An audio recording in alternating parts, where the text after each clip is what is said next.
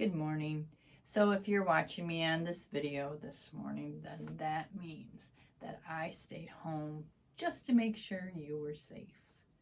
Just have kind of this weather thing going on, I believe, but I wanted to make sure that I kept you as safe as possible. So I elected to stay home. And coming into the service today by video.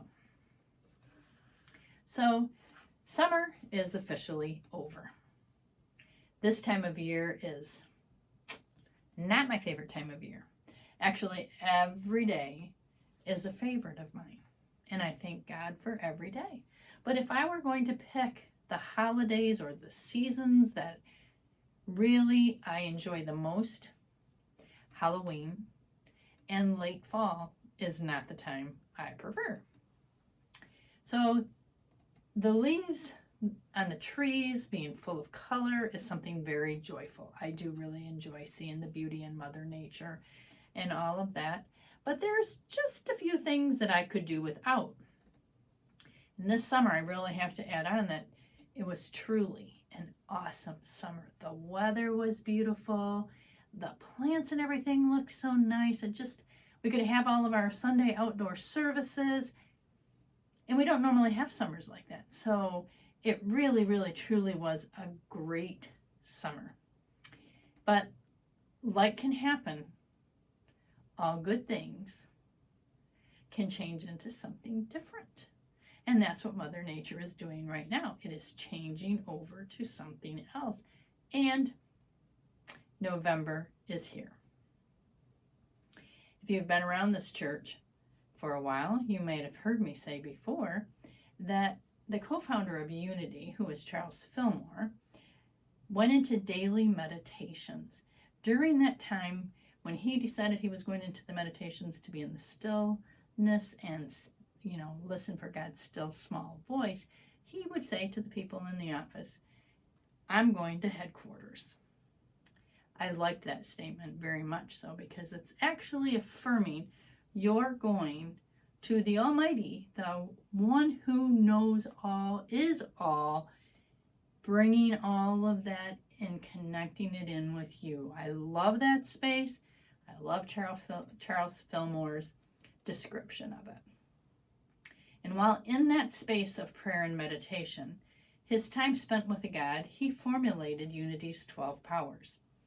In case there's any hesitant thought of connecting with God and finding great truths to live by, this is not new. It wasn't new with Charles Fillmore. It's just something that has went on. You don't hear enough about that. So I want to tell you a little bit about the Charles Fillmore who made those connections with God regularly. And it helped him to create books to know God, to do the revealing word, and the metaphysical dictionary that he added to, which gives descriptions of things that are in the Bible. And it's like, what does God mean by those things? So if you meet with me on Wednesday evenings, we talk about the things that are happening in the world. And then we look at how it pertains to our life. And then we add, once we've kind of vented and got out what we wanted, we add where we're going in the world. What is our world going to look like? And then we go into prayer. And we take everybody's thoughts.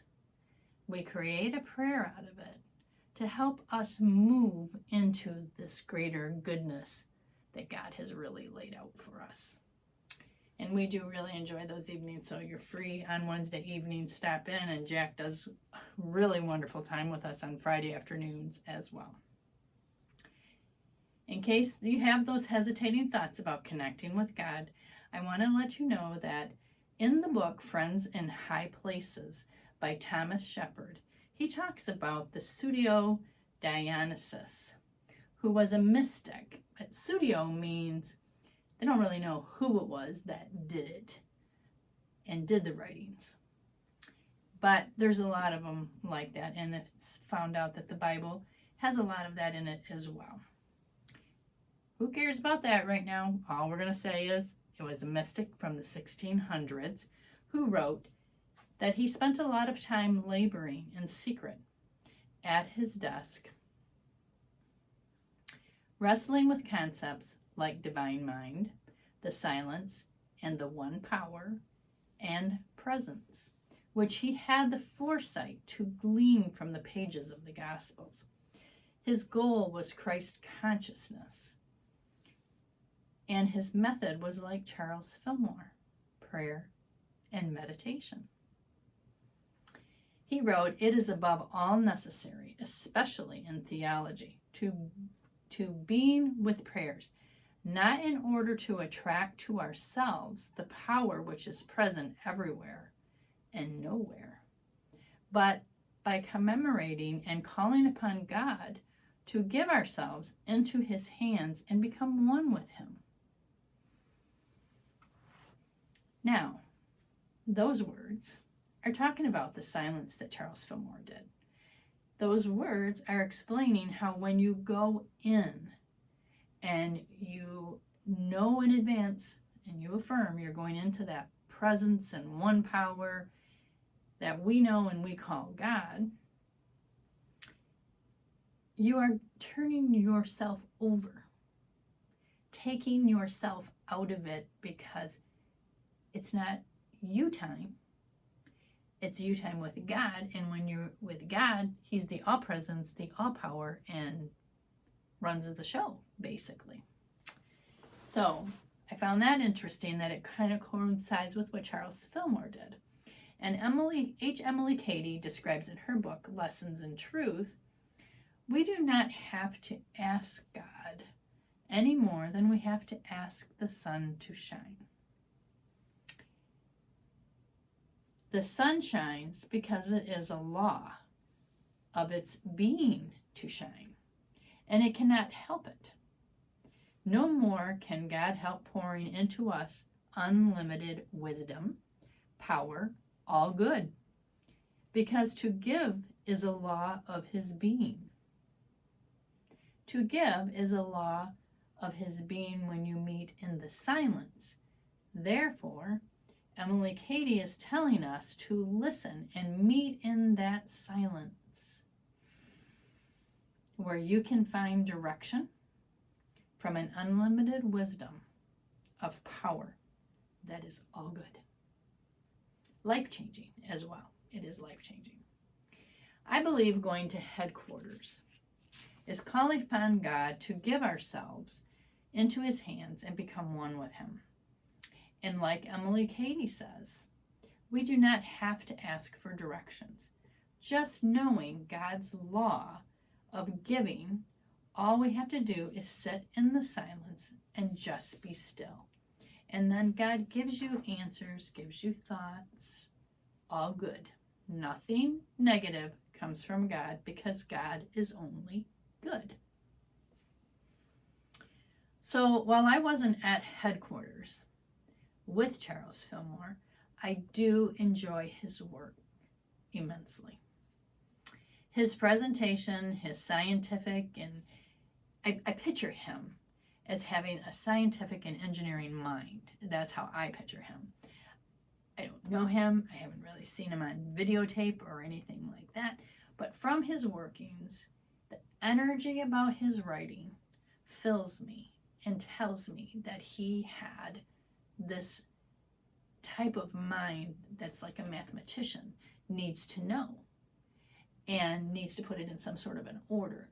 So he's very responsible, like I said, for the revealing word and breaking things down, which is all really great. And I love the way his mind worked in expressing what he learned while he was at headquarters. In the 12 powers that Charles Fillmore wrote, I found that the power for the month of November is elimination. Today, November 1st, elimination comes forward. Elimination is letting go and releasing things from your life.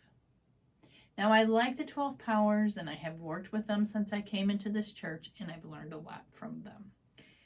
The one I see actually in learning how they portray in our life, so that on the month that power is the most active, it is truly the most active in all of our lives. It's not only that one power that is active in this one given month. All 12 are always active, but the one stands out more generally than the other in its month. And so I've watched that, and I have found that to be true.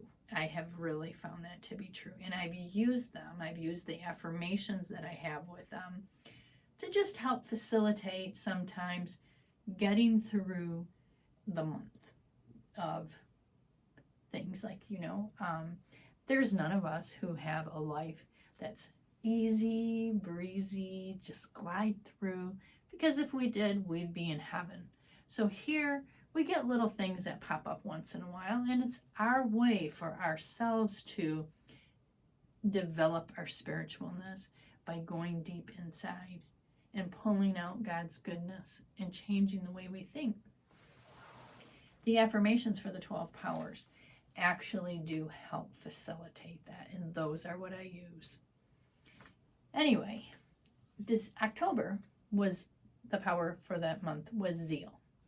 And if you've seen me before in October, it's not my favorite time of year. I think I mentioned that to you already.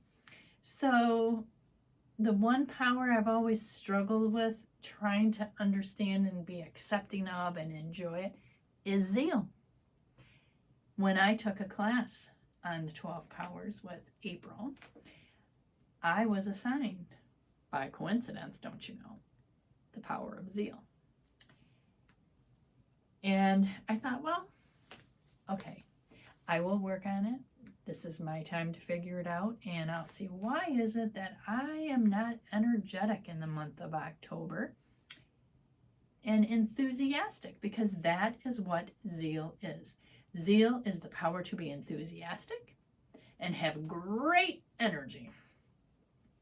Yikes. That just doesn't coexist inside with the seasons for me. I'm just not crazy about these seasons, this season. And I've never been crazy about the Halloween that we just experienced yesterday. So this year, there's been so many excess phone calls, emails, and etc.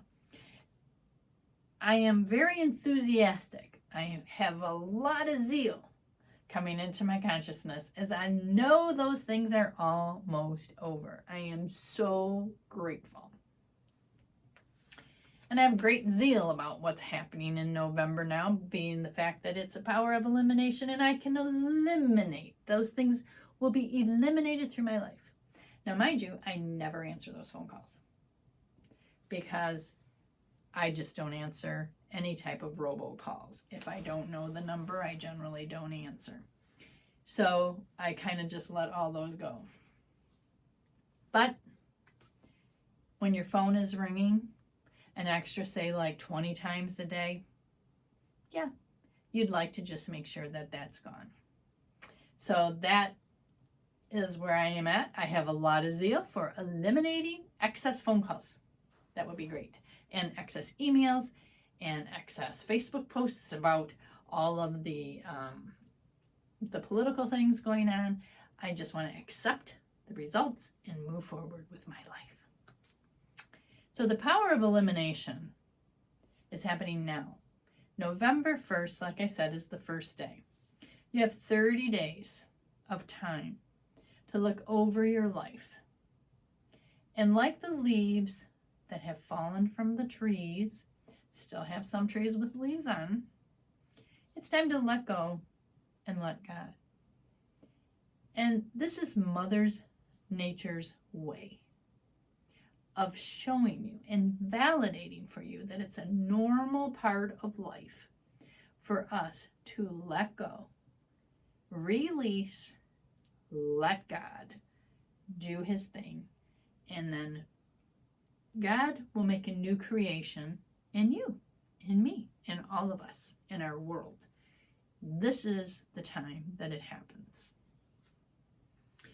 You see the good in front of you, and you allow that goodness and that new creation that God has in store for us to do its work. The revealing word says the order of creation is from the formless to the form, from the invisible to the visible. This goes on perpetually, and there is never a beginning or an ending to any of the process. The ideal is continually pouring in and through each of us all the time. When we take the time to be in awareness with that, it's always there. Even if we don't know that continual goodness of God, if you've met somebody who doesn't know it or maybe has stepped away from it in life circumstances, I want you to just remember that God has never left them, and you could mirror that for them. You can even say, do you know what? God has never left you. And if you breathe in, you will feel that presence of God and know that truth. And sometimes just saying something like that to someone can make a big difference in their life, and they can change their life. The ideal of God and God's goodness, awareness, oneness, His presence, is always pouring itself into its creation. We are its creation. The trees are its creation. The animals, the plants, the earth itself, the water, the sky, the stars, the sun, the moon, God's creation. And God is always pouring itself into what was created. And the goal is always to lift it higher and higher and higher. Our way is to trust that that higher goodness is always there and always available. Remember too, I want to remind you, because Spirit's saying remind them that God is always good. God does not bring in negative. Man makes negative when they try to facilitate and create something that they want. It just doesn't happen. I liken that to, I think it is down in, I want to say it's in New Orleans, but it's where Hurricane Katrina was. My cousin actually lived down there at the time when Hurricane Katrina came, and it flooded and all that. I never knew till that flooding that there were gates down there that were man-made gates by Corps of Engineers, I believe it was, and then those gates gave way. But the land had been underwater prior to anyways. So that's just one way of showing how man has these great ideas and says, oh, I think I'm going to make this. But later, how many years later? Who knows? It becomes something different, because while man wants to believe that they are the creators of the heaven and the earth, and that it exists, maybe not the creators, but they believe it all exists for their existence. It's simply not true. God creates all living things. I personally have the idea that we are all equal. Everything is equal to God. We must respect all living things, including the virus that's out. That is a living thing. It wants to live, which when you kill it, it can make itself into something different by mutating. That tells you it's a living thing. Animals are here.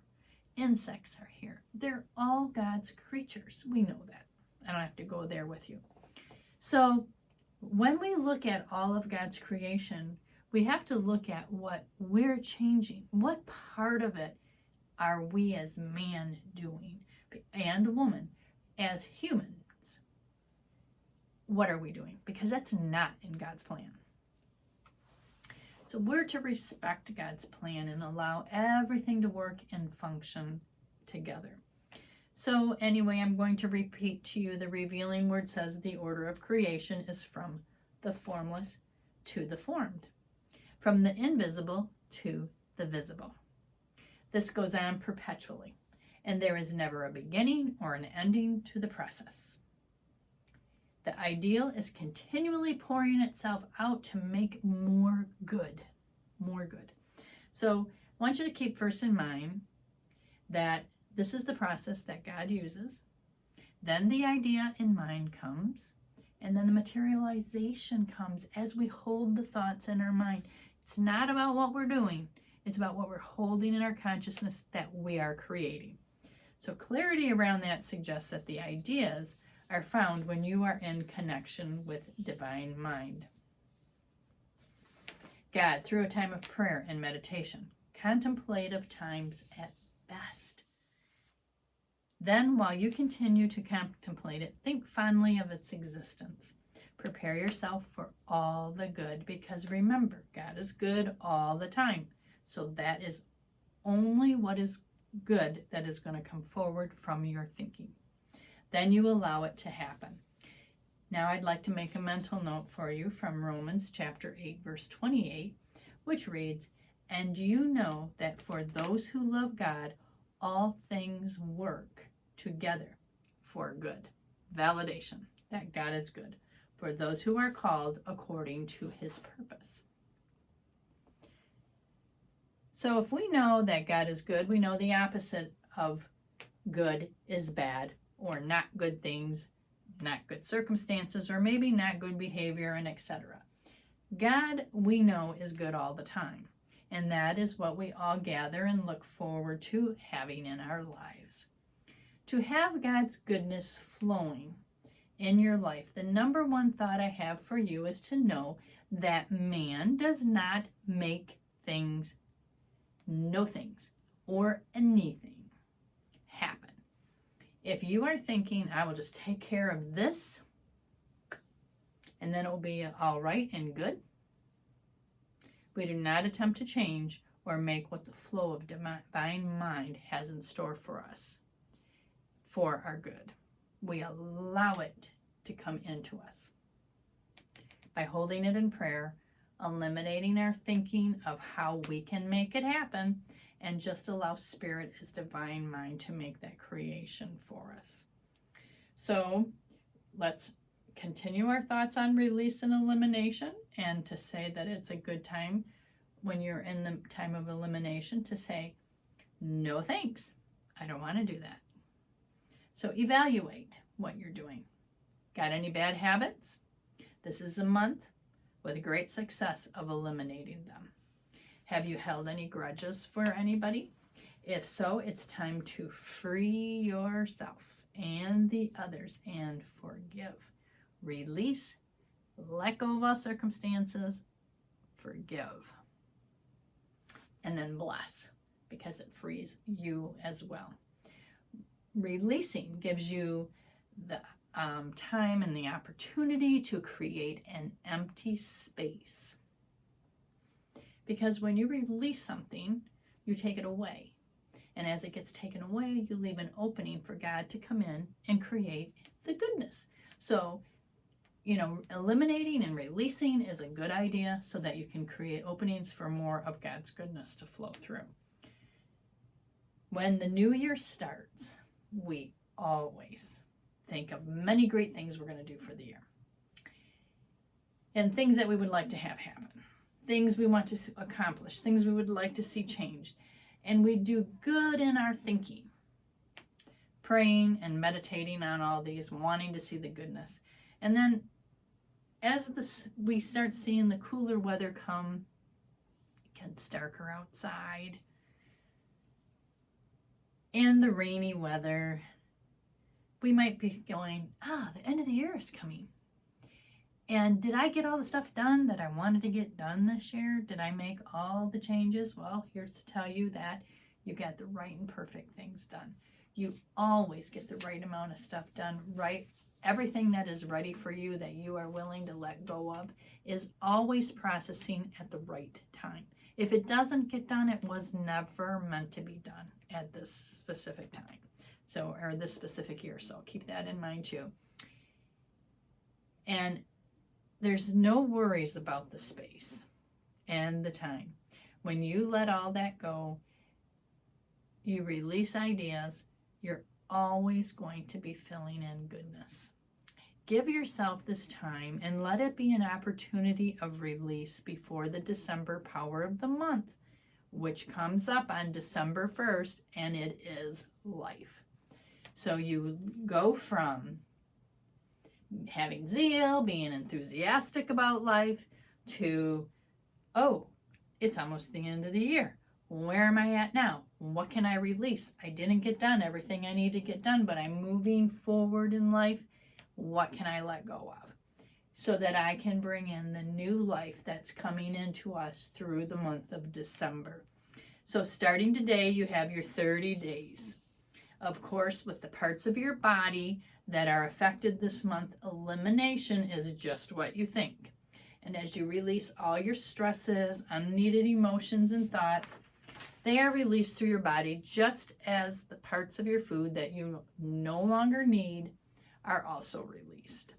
And as you take time in the silence, like Charles Fillmore did, remember that our faith tells us to know and trust God in all things. Be willing to let go of all earthly thoughts and allow them to flow as divine mind has planned. During your silence, breathe in the peace of God, knowing that all goodness comes from God, and you are releasing your hold on how it has to look. Affirm that you are open to the perfect plan and open to being the servant that puts God's goodness into action and brings God's plan to life. Many blessings as you move into time of silence. Enjoy the month of November, elimination, and look forward to the new life coming in December. Thank you.